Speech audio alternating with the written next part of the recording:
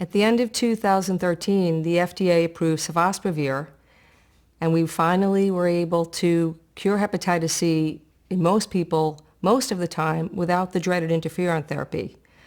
But sofosbuvir, along with the other direct-acting antiviral therapies, were priced very high. So right away we saw Medicaid rationing access to sofosbuvir based on substance use. My colleagues and I decided to investigate further whether these rationing approaches by Medicaid were more widespread around the United States. The price of the drugs has led payers, both public and private, to put restrictions on access to them.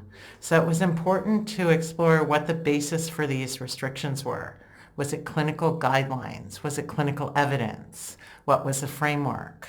The biggest problem is that rather than making decisions around clinical recommendations and guidelines by expert working groups, we're making decisions sort of arbitrarily. There's a restriction based on current injecting drug use. There's a restriction based on people that are on drug dependency treatments, so methadone for example, just because they're perceived to be less worthy for access to treatment. For doctors, it means they're in the terrible position of having someone else sit there and say, there's great treatment, but you're not going to get it.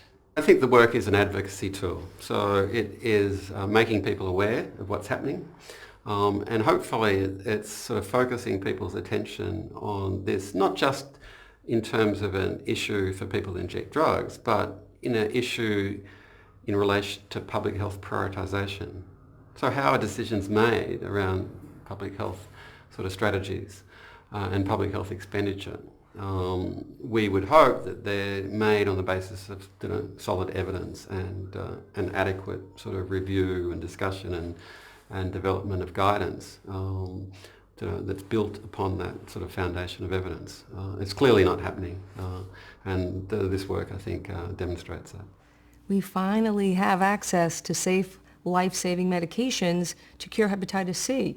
We could eliminate the hepatitis C epidemic, but now what are we faced with? We're faced with these misperceptions and misunderstandings about people who use drugs. This is really all about withholding access from certain people who seem less worthy than other people. And what we conclude in our paper is that restricting access to DAAs based on substance use is a violation of Medicaid law and a violation of human rights, and these restrictions need to be eliminated.